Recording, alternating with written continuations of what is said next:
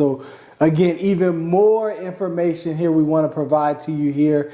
And what I want you to do, Kenneth, is I guess you introduced the WARMS manual. I want to see if you could actually give them like a particular example of how that would actually apply. And, you know, I have, you know, a condition we can kind of go off of, like maybe like back condition or something, and, you know, how that's referenced in the CFR and how that's also applied in the WARMS manual, right? And how that works, right? So if you can give them a little bit of a gem right there, because if they got to this part of the video, Kenneth, they deserve that gem.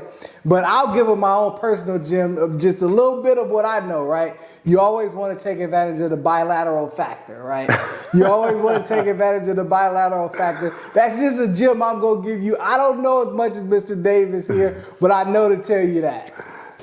All right, veterans. So listen, when we are talking about the CFR, I know, again, you know, we kind of outline things for you that information is going to be here. And good information is going to be very valuable for you as long as you can decipher the data and information, retain and execute, right? So when we're talking about certain information, let's talk about the CFR 4.30, right? Convalescent rating. This is one that is overlooked by veterans so very often. That's simply just because many veterans do not specifically know. And what is a convalescent rating?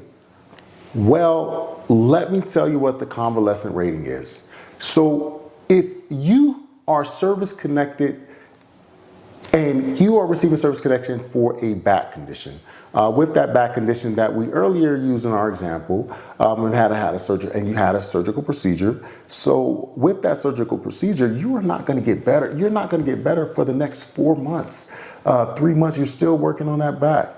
However, many of us know that if you're dealing with a back condition, 9 times out of 10, you're not going to be able to get to work for months on end. Okay, so dealing with this, regulation CFR 38 CFR code 4.30 actually authorizes something called convalescence leave. And what a convalescent leave is, well, you're going to be able to receive temporary 100%. A temporary 100%. The requirement is to have a surgical procedure on a service-connected condition that is actually going to put you out of work or something of that nature, or family instances, or normal day-to-day daily living activities of the time frame up to 3 months. Up to 3 months, okay? So with that, it will be effective from the date of the procedure, admission, or outpatient discharge.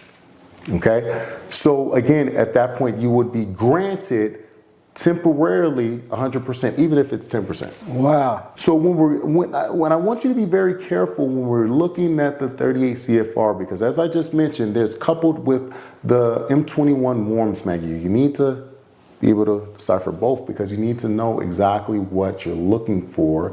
You need to know the regulation on one end, but you also need to know what the actual decision makers are looking for, and again, how they're going to actually go down through the process to make the decision that they're going to render you. Okay, and that temporary 100%, that's going to be actually enacted, and you have a year's time frame to be able to turn that report in.